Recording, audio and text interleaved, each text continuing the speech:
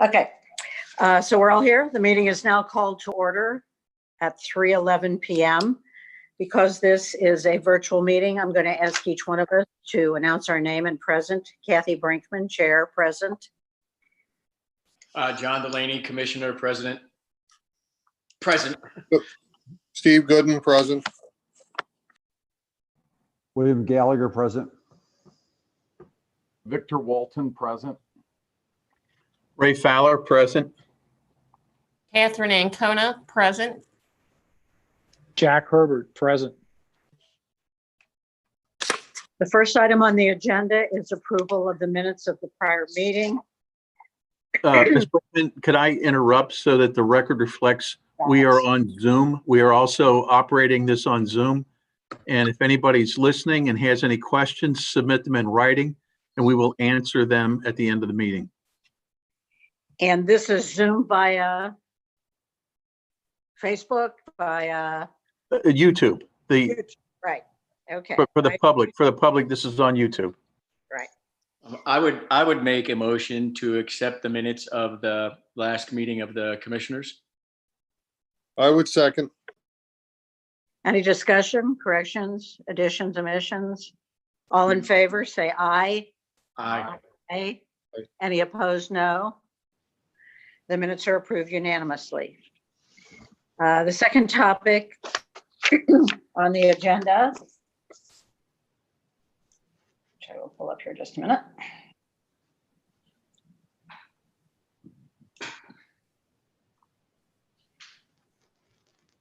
Are staff reports. Under the reports section, since our last board meeting of May 7th, there were no staffing changes or any staffing updates at all. Both under assigned counsel activity and staff attorney clients and cases, we are still finalizing the data for the month of May. So that data is not ready to report upon yet. And then the last item, Fresh Start Clinic, obviously we have we haven't had clinics since the start of COVID-19. So hopefully next commission meeting, we'll have some updates for you on the reports. Jack, just anecdotally, do you have a feel for assigned counsel or the? Yeah, we really do. That's a good point. It's been reduced quite a bit. And I think a big portion of our savings from the county that we were asked to reduce 20% of our budget that we spent from 2019 that was not reimbursed from the state. I think a big portion of that savings is going to come from assigned counsel. So cases have been reduced quite a bit. Oh, good. Okay, that's good news. Item 3 is state public defender communications. In our email with the agenda, we shared with you the information from the county PD virtual town hall meeting. That was held on May the 8th. And basically, Tim Young covered a number of items. He clarified the reimbursement for us for the fiscal year 2020. It'll be at 85%. And at that point, he was indicating to us for the budget of 2021, it looks like he'll be looking at a 20% reduction going forward. We wanted to remind public defender offices throughout the state that to be respectful of the commissions and county commissioners about communicating with them that any reductions to the budgets would not be saving $1 for every dollar reduced. But given the reimbursement we're getting, it's only like if it's 80%, we're only saving 20 cents on the dollar. So it was an important factor that Tim brought up in that meeting. Okay. And they also covered under operations. He sent out a couple of files, which I shared with you on best practices and data from the jury trial advisory group. So that information, I'm sure will be very helpful. We've all received similar best practices under this COVID situation. So I think we've been inundated with all of those best practices. So I think we're in good shape there. So that pretty much concludes the report on the state PD communications. Questions from anyone? Can I add that Tim Young said the state payments are 3 months behind, but he assured us the first 3 months, January, February, and March, will be reimbursed at 85% of the expenditures, that's guaranteed to come in. Good.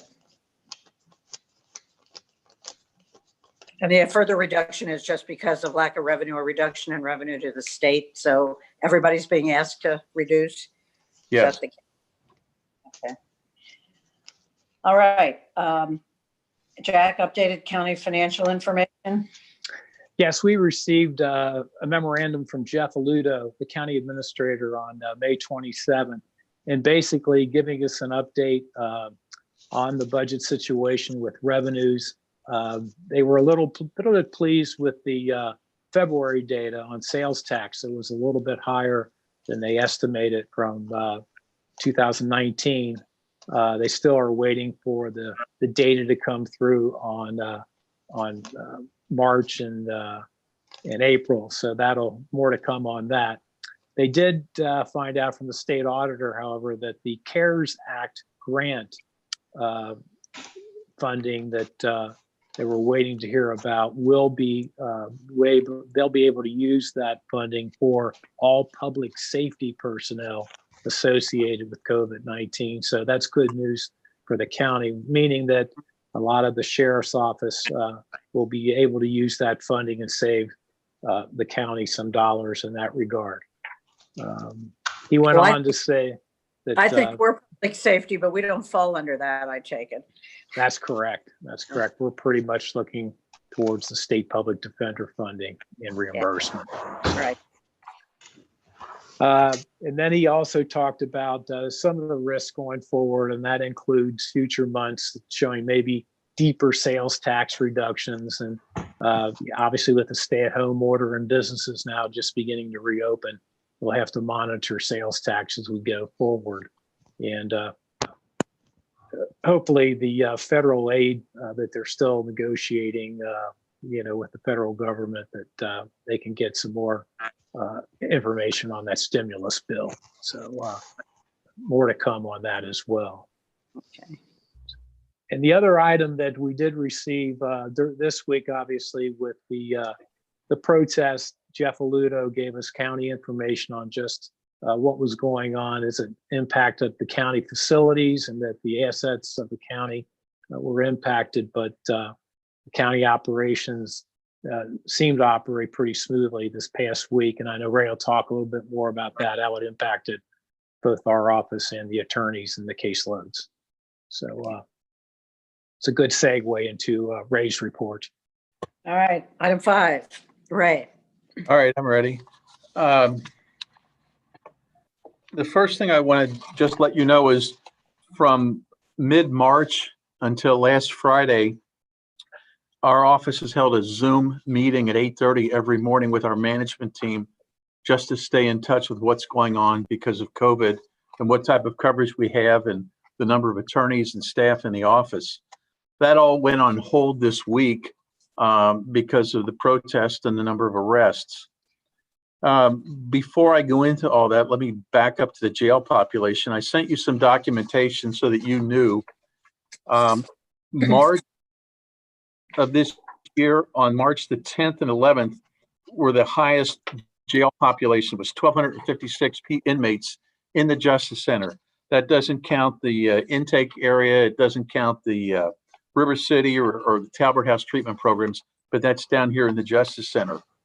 A month later, on April the 11th, was the lowest number. That number was down to 755.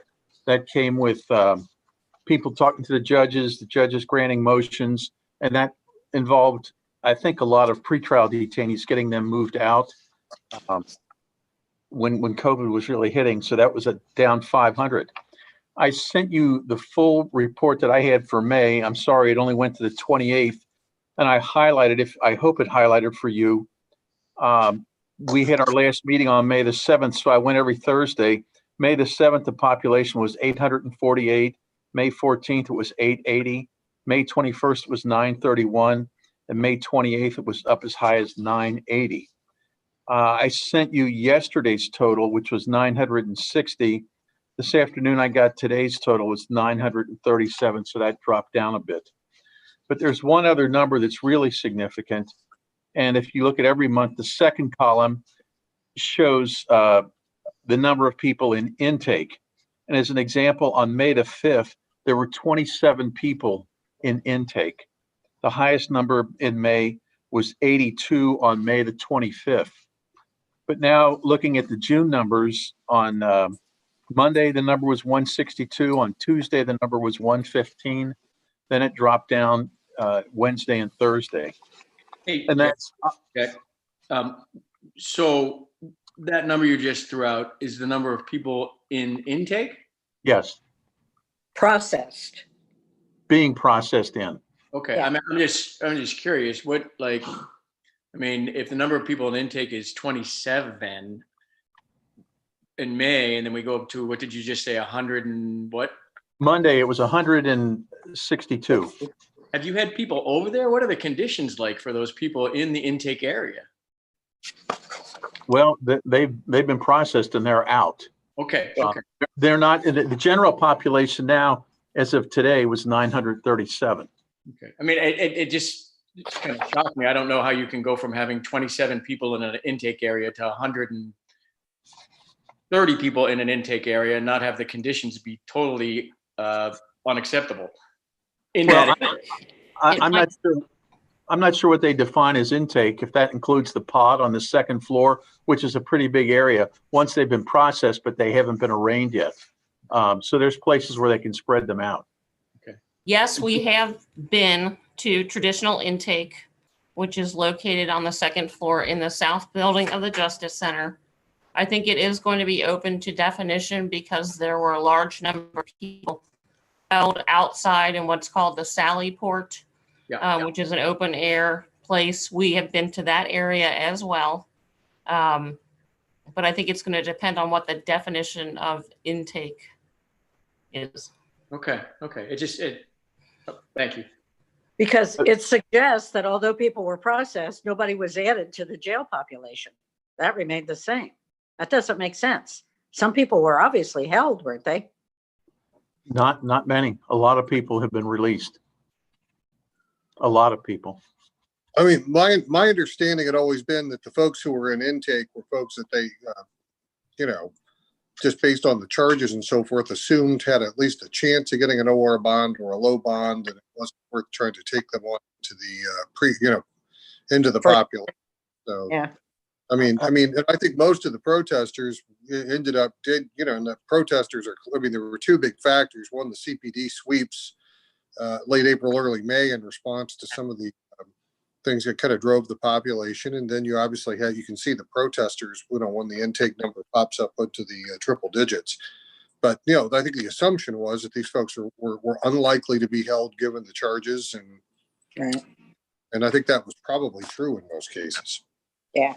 Curfew violation. When we're talking, right, curfew violations, that sort of thing. So we're talking intake. I think that's primarily what we're talking about, are these kind of low risk first time misdemeanor offenders who are likely to pop out at 9 o'clock in the morning at arraignment or earlier, depending on what the judges do.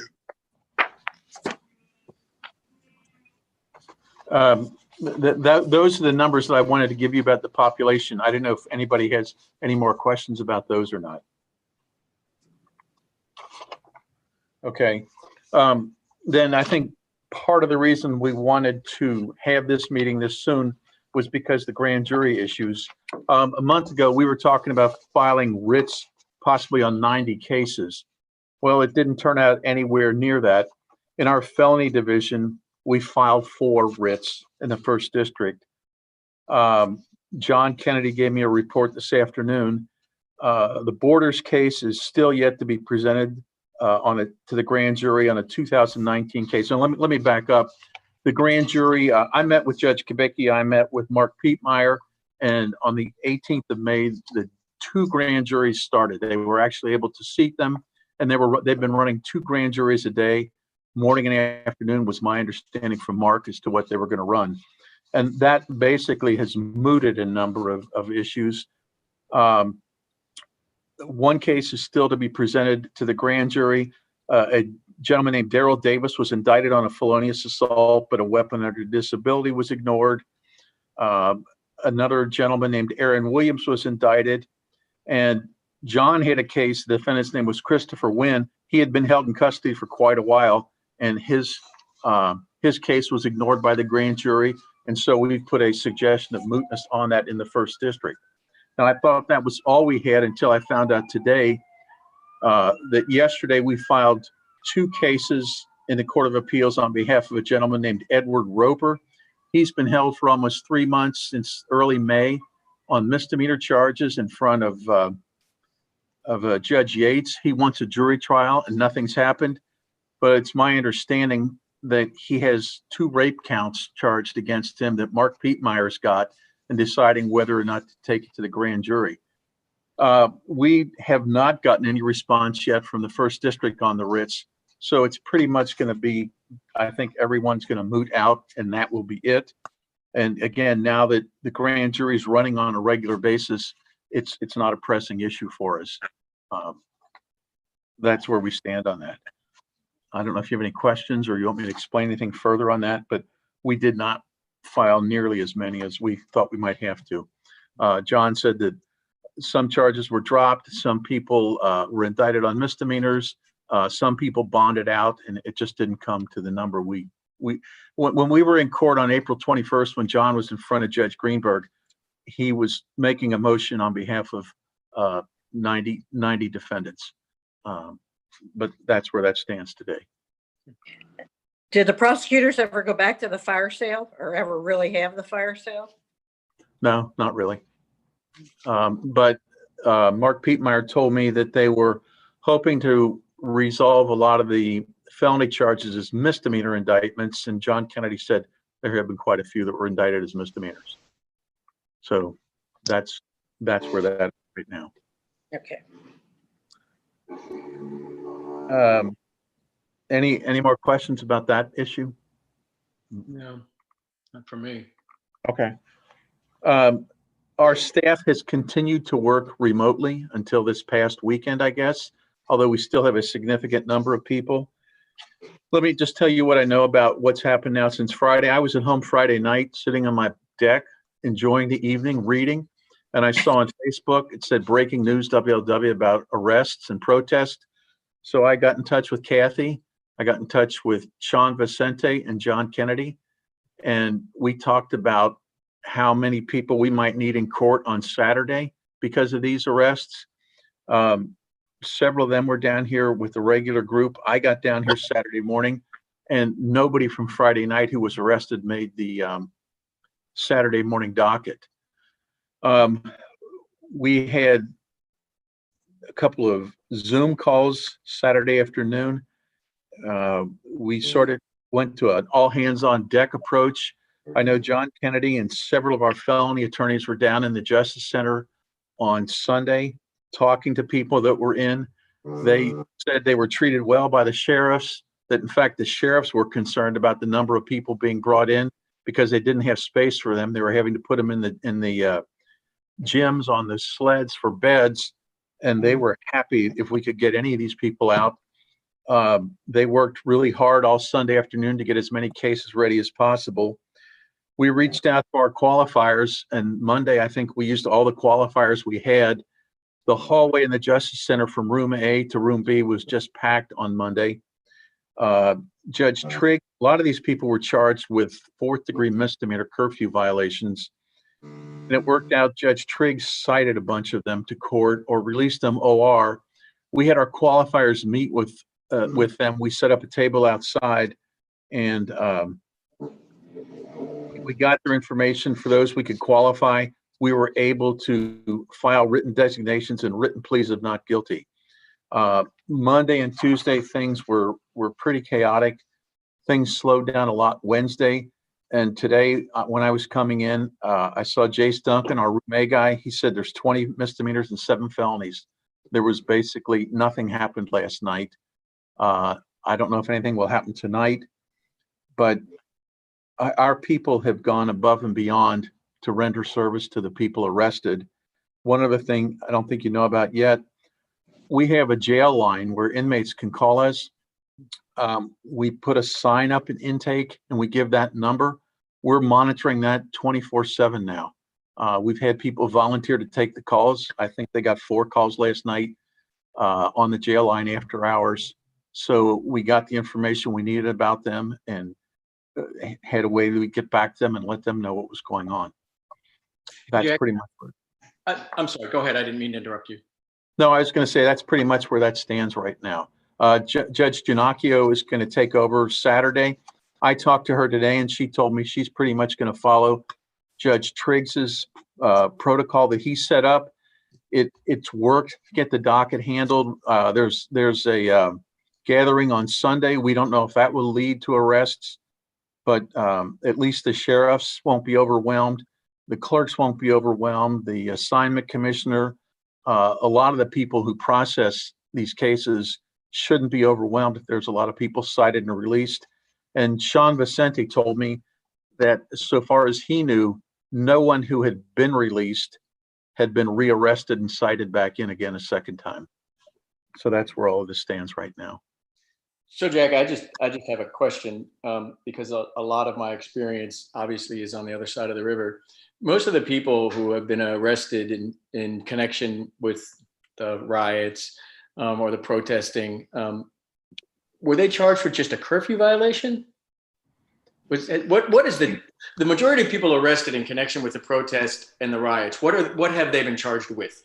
Misconduct at an emergency. I think it's 2913-17.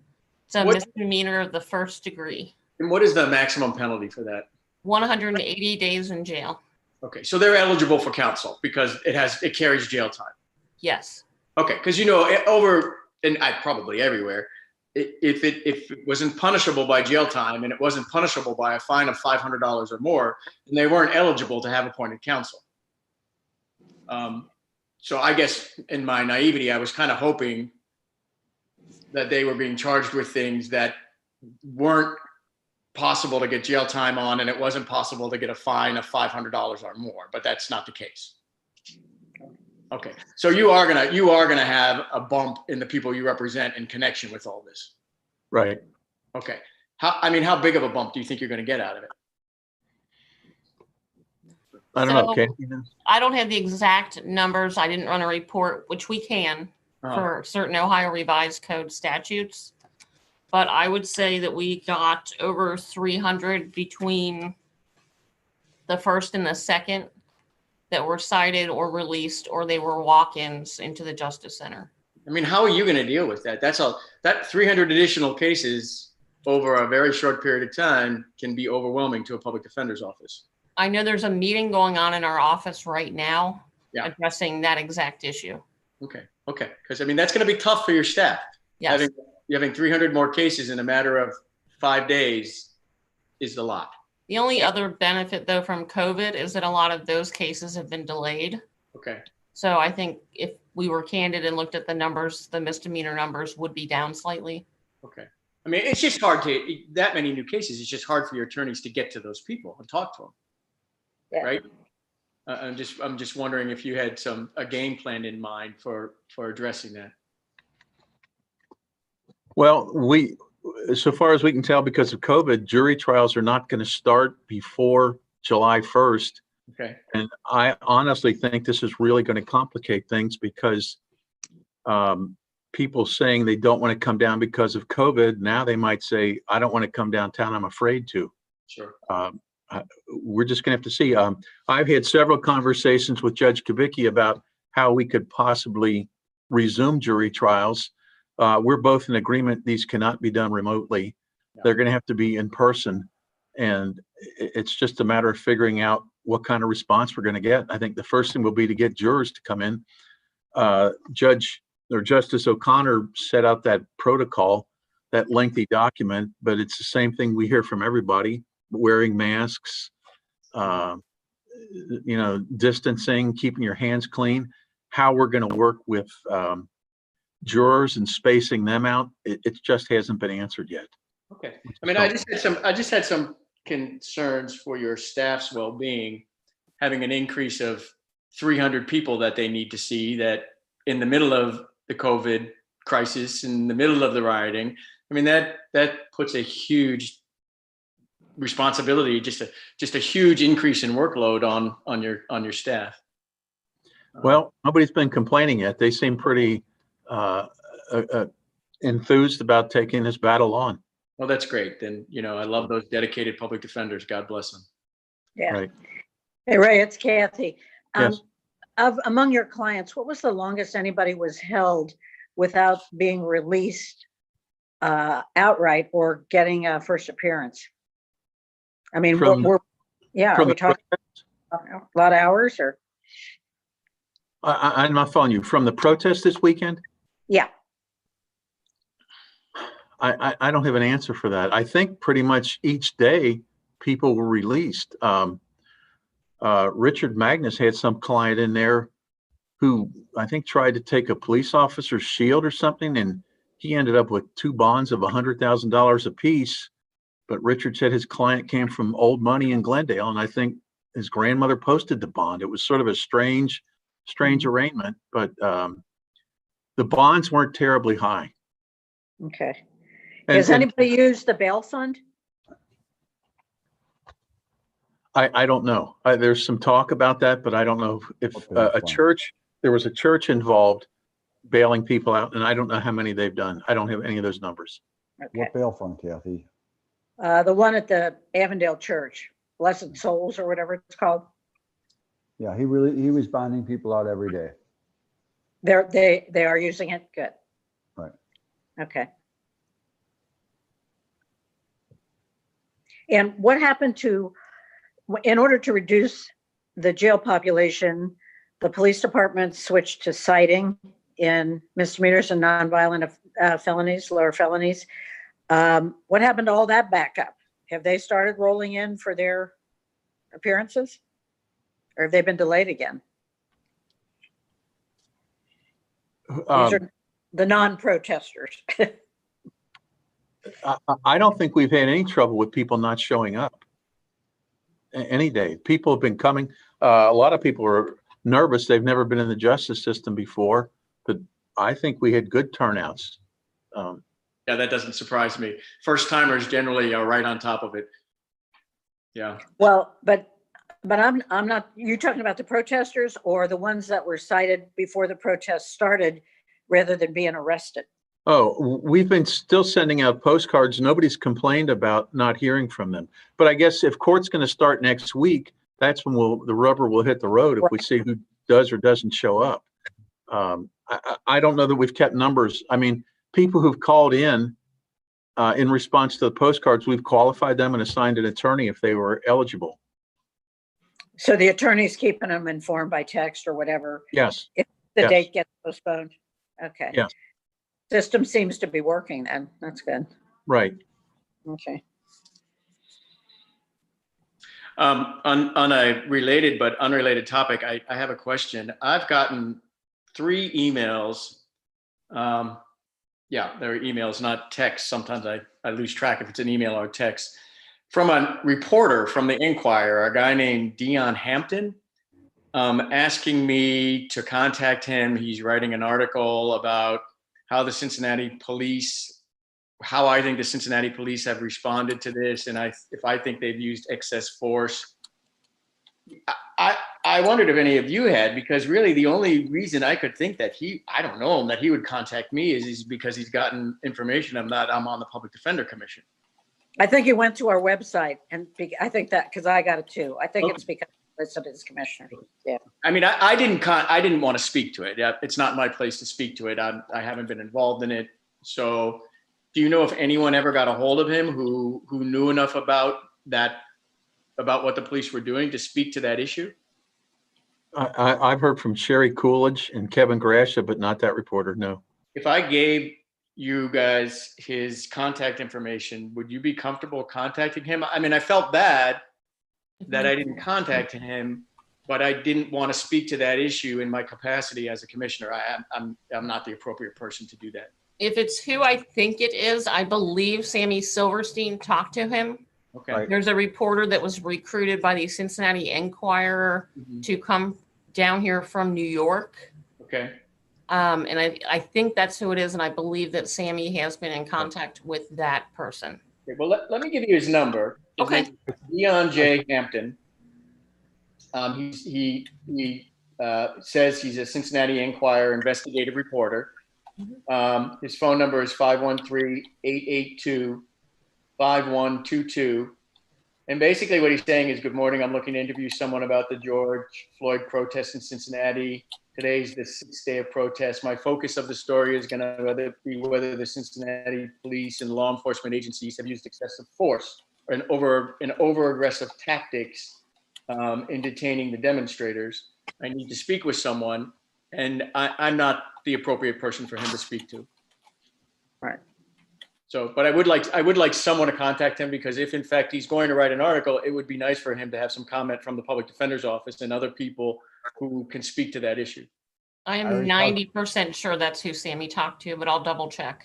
We can be 100% sure, Kathy. I talked to him Okay. yesterday. He told me he talked to someone from the office. So I was every time just he going calls to you- Google him because I didn't know his name. No, I Yeah. can tell you 100%. He's the one. Not a problem. Yeah, he is. And he is the only investigative reporter for the Enquirer. They haven't had one for a while. Well, this would be a good time to add one. Yeah. Thank you. I mean, what are our clients saying about, are they reporting their treatment by the police department and the sheriff's office?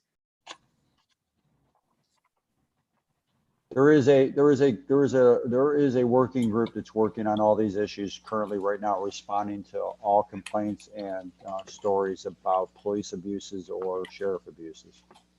Bill, who's on that working group? There is a task force involving ACLU lawyers, National Lawyers Guild. There's members of the Hamilton County Public Defender's Office. There are local pro bono lawyers that are on it. Louis Sirkin, Al Gerhardstein, Ohio Justice and Policy Center.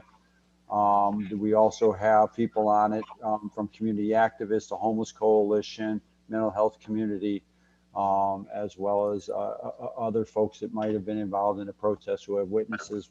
We've created with Sammy and Sean's help, we've created sort of like a clearinghouse and people working on cataloging and matching up stories with clients and information. So we'll have a database basically. And you're saying this is what you're calling a task force, right? Well, in essence, I think it's called what was it? It was called like the Cincinnati Mass Protest Coalition, I think is the working name. But this started on last Saturday, it started to organize in terms of being prepared for this response as well as observing. Well, it seems to me that, is Ray in the loop on that? Because it seems to me that the head public defender of Hamilton County should certainly be in the loop on that. I'm in the loop. I have no firsthand knowledge myself, though. I'm not out there. I have not stood up with any individual clients to hear their stories. Well, But I'm not asking that, Jack. I just want you to be in the loop on what the Yeah. task force is doing and talking about, Absolutely. right? Yes. You need to be, Yeah. to have a presence on that, man. Yes. Okay. All right. Our staff's already on it, right? So that's good. Yeah. Yes. it is, but Ray needs to have a presence on it. Yes. Did and does. Okay. Okay. Thank you. Anything else then about those issues?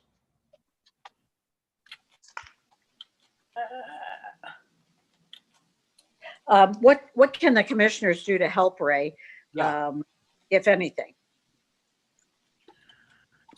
I guess we're going to have to see where everything goes. I don't know if there's going to be trouble this week or not. There was a demonstration. They were panicking in the building, I think Tuesday, like closing the building down. I said, we're not closing down. We've got a lot to do. And outside my window looking down Sycamore, there was a group of people that went from 9th and Sycamore, at least a block and a half long. And it was every bit covered every inch of Sycamore Street, every inch of the sidewalk. And these people were only about a foot apart. There was a huge crowd that came up here. It was blocked by sheriff cars, the Justice Center was. They chanted for a while, they talked. It was maybe there 20 minutes. Then they all made a left turn and went down towards Main Street, I think, to the courthouse. Oh, Kathy's got a picture. We filmed some pictures from my office. Nobody damaged the building here. It was around 3 in the afternoon. It was probably there for 20 minutes. The sheriffs tell me downstairs they're on duty till 11 o'clock in case anybody tries to break into the building. But so far as I know, nobody has done anything like that. You know, Ray, I just want you to know that I'm actually living right now in OTR, and I don't have anything to do right now. So, you know, if there's any way that I can help you guys, I can lend a hand at the office. I'm not particularly terrified of COVID. You know, even if it's just to talk to people, just call me. All right. I'm available to lend a hand. Sean and John are the most active talking to clients, and they've done a wonderful job so far getting things organized. I mean, court's been out at reasonable times. We haven't been down here till 7, 8 o'clock at night or anything. Judge Triggs was a good judge to have in room A this week. Yeah. And things stayed pretty calm, and people were heard, and we got our work done. Well, I would actually like to give some hands-on help. It would make me feel good. So if you need it, even just for someone to go out and get some coffee and bring it in, all you got to do is call. You got my number. I'm right here on the corner of Broad and 12th right now. Okay. Okay. All right. Thank you. That's all I have in my report, unless you have something else you want to ask of me. I don't. Okay. No. I guess the next issue we need to talk about is picking our next commission meeting date. This was we're mandated to have 4 a year, so this is our second one. The normal schedule would be August to November still, but that's up to you if you want to meet them. What's the sense of the commission on how soon we need one? We moved this one up just because, you know, we knew that we were facing some challenges. But what do you think about the next date? Steve here, I don't see a pressing need to meet immediately. I mean, couple things. One, the grand jury's back up and going. A lot of the habeas petitions, I think, are mooted. My understanding is that, you know, the court administration and the presiding judge are actively discussing trials are to start again. I would expect to see something by late summer. I think this will be a good time to be invested in a company that makes plexiglass, from what I'm hearing. I think that's going to be a solution. I think it's going to be jurors that look like the folks serving you coffee through plexiglass at Starbucks. I think that's going to be kind of the feeling. I just think this is all moving along, and I think most of the charges attendant to the protest are going to be handled by the city prosecutor's office, and I would expect some flexibility and creativity in how they deal with some of these curfew violations. So, I mean, I don't feel a pressing need to meet then. If we were really looking at this kind of court action, you know, widespread habeas filings, I mean, that's the kind of thing that certainly I wanted to have some input into. But if that's off the table, I'm fine with pushing our meeting out until, you know, it's more normally appointed time. I'm actually not. I think it's a bad idea. I mean, it's not much skin off anybody's teeth right now for us to meet by Zoom for a half hour. And I honestly think if the Hamilton County Public Commissioner Board is going to be relevant, is going to have meaning, that this is a time that we bump up our involvement. I think as commissioners, if we take it seriously and we're meaningful about what we're doing and not providing oversight only, but also providing help, I think it wouldn't hurt for a little while to say that we've decided to meet once a month. I mean, it just doesn't take much time. I think if there was ever a time that we would want to be relevant and be up to date and have input, this is it. But that's just my opinion. Other commissioners, what do you think? First week in July, first week in August? I mean, let's hear from you. I'm fine with either. Well, why don't we set it for first week in July or so? Everybody got a calendar? Yep. Yes. Ray, why don't you suggest a date? Well, if we do a Thursday, that would be July 2nd. I don't know, Hamilton County might close. I don't know if Jack knows on Friday, July 3rd, since the holiday's on Saturday. I don't know if any of you are going to be out. Friday is the county holiday already designated. Okay. That's correct. How about the 8th? Wednesday, the 8th, that should be fine. Okay. Same time? It's up to all of, you're the commissioners. It's up to you to call the meeting, whatever you want. I'm not sure I'm going to be available that date. I'm actually scheduled to start what's probably be a pretty lengthy jury trial out of town in kind of mid-July. And I'm going to be, the schedule's up in the air right now. We don't know if they're going to force it to go forward or not. Securities fraud, criminal matter. It's going to be a pretty lengthy deal. But please schedule without me. I don't want to stand in the way of your relevance. Thank you. I don't want you to either. You're welcome, John. We can talk offline. Should we do the 8th for everybody else? That's fine. Is 3 o'clock good? Better than the Yeah. morning, probably? It's fine with me. Yeah, that's fine.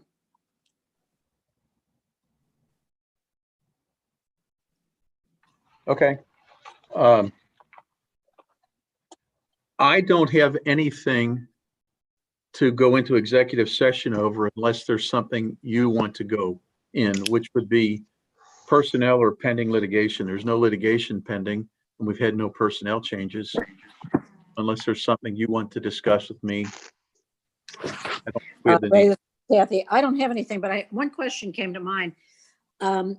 So all these people that'll probably be getting their, if they're convicted, getting their first convictions. I mean, are we going to be handling expungements or what's ceilings? What are we doing? We'll do whatever we can for them. If they're dismissed, there might be a question about whether the city will end up dismissing these charges. I've heard that I don't think the right person signing the complaints. It's not the individual officers who've witnessed things, that somebody's just mass signing all these complaints. I don't know how they'll prosecute them. But if they're dismissed or whatever happens, we'll file the papers to seal. We'll do whatever we have to do to represent them properly. Okay. That's great. If anybody is convicted and they have nothing else on their record, it'll be a year from the resolution of the case, whatever it might be. Okay. We'll give them that information. Absolutely. Good.